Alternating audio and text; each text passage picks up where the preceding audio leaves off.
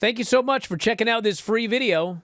If you don't mind, please click like and subscribe. By way of Eddie Kingston, because why not? And I hope he's doing okay in his recovery from injury. Apparently, not so much on his mental health right now. And Tom, this is actually a good subject for you because you've actually had to suffer injuries where, you know, there's no money coming in at all. You're dealing with fighting and some of those things. And on the indie scene, somebody gets hurt. Sure, it's a lot worse than dealing with what Eddie is doing right now. But as a competitor, as an athlete, being out with a torn ACL, a broken tibia at his age, you know, especially, too, people don't factor that in. But, I mean, you know, at his age, at the time that it happened, when things were really popping for him, he was doing things that he had always wanted to do in the world of professional wrestling, whether we wanted him to be booked a little better or not. He was getting to run his royal road all throughout Japan, and he gets hurt. You know, he's a guy who's always been hard on himself. He's been a darkly, you know, a tightly packed kind of guy. That's always been out there about him, and he's been going through it here. As an athlete, as somebody who has had to miss time because of injury, you know, what is a guy like Eddie Kingston going through truly right now, you know, having to sit on the sidelines? When you look at Eddie Kingston, he's not a guy that you would, you know, particularly tie his career to being centered around what he looks like, his body, you know, like he's not a body guy, but his identity in a lot of ways is tied to what he can do in that ring, whether it's showing off big muscles or not. You know, this guy is one of the best professional wrestlers because of his ability to get in there, to take bumps, to take a beating, convey pain, come back and fight from underneath. And he currently can't do any of those things. You know, as great of a promo guy as he is, I'm sure he does not want that to be his legacy in the wrestling world. This guy loves being in the ring. I've wrestled against him. I've teamed with him.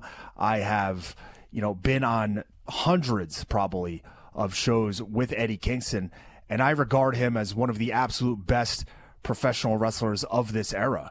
And for him not to be able to show that, especially at a time where things are going so good for him, and not only that, but you know, like, he's been around for a long time. Father Age is just undefeated. So he's got to know in the back of his mind that he has limited time. He's not 30 years old. He can't look at this and go, hey, I'll still be able to wrestle in another 10 years for sure and make up this time. He doesn't have that luxury. So I'm sure it's weighing on him, you know, a whole lot. But let's be real, right? There's always going to be a place for Eddie Kingston in pro wrestling. So he should look on the bright side. Maybe I'll contact him and let him know. Maybe you should, because he's one of those guys that I worry about, like with some boxers and with a lot of athletes where they just don't want to walk away. And he's one of those people that, again, he obviously puts a lot of pressure on himself, and he internalizes a lot, because not only does he have the knee injury in this podcast interview that he did, he talked about actually, as all of this stuff is taking place with his physical therapy, he started to have stomach issues, and he had to go get the tube put down there with that and down his throat, and it ends up, it's not cancer, it's not an ulcer, nothing, but he's talking to his doctor, and who asks him, how stressed are you? And he says, oh, I don't know. How much time do you have?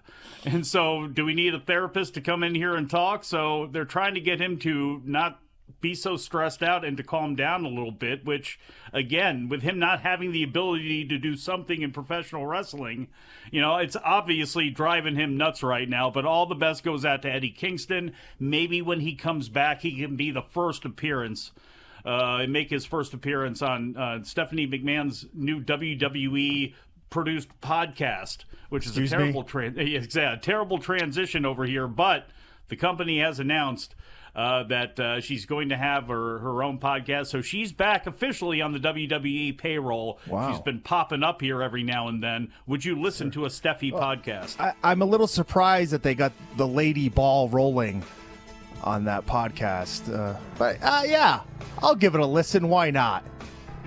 Stephanie's Places is going to premiere on ESPN Plus in March.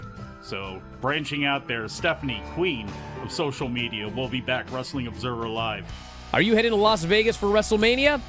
If so, clear some time on the calendar because we have a lot of great events. It's our annual convention, the WrestlingObserver.com/F4W online convention in Las Vegas this year on WrestleMania weekend. April 18th, Friday, April 19th and 20th.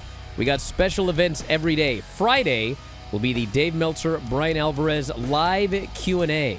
You can show up. We've got a meet and greet. Perhaps we'll have some merch. And you can ask us any question that you would like at the live Q&A. This will not appear as a podcast, a video podcast, audio podcast. You can only see and hear the Dave Meltzer, Brian Alvarez Q&A if you attend live. That is April 18th at noon at the beautiful Palms Resort Casino in Las Vegas. We will also have wrestling watch parties. Have you ever wanted to watch wrestling with Dave Meltzer? 2 wrestling watch parties coming up that weekend, as well as 2 after parties. What is an after party? It's exactly what it sounds like. After WrestleMania, both nights, you'll be able to come back to a suite. I'll be there, Dave, a bunch of other friends and subscribers, and you'll get to party. We'll have alcohol, food, and more. These are the after parties after WrestleMania Night 1 and Night 2. If you want to go, you got to buy your tickets now. Tickets available for everything at f4wonline.com/Vegas. Easy. f4wonline.com/Vegas. Did I mention we're going to have a group dinner at Texas Day Brazil? It's an all-you-can-eat steakhouse, all-you-can-eat steak. I hear some of you right now, I don't eat meat. Doesn't matter. They have the best salad bar you'll ever see. Texas Day Brazil. You can grab your tickets for that meet and greet / dinner as well. Where? F4wonline.com/Vegas. See you there.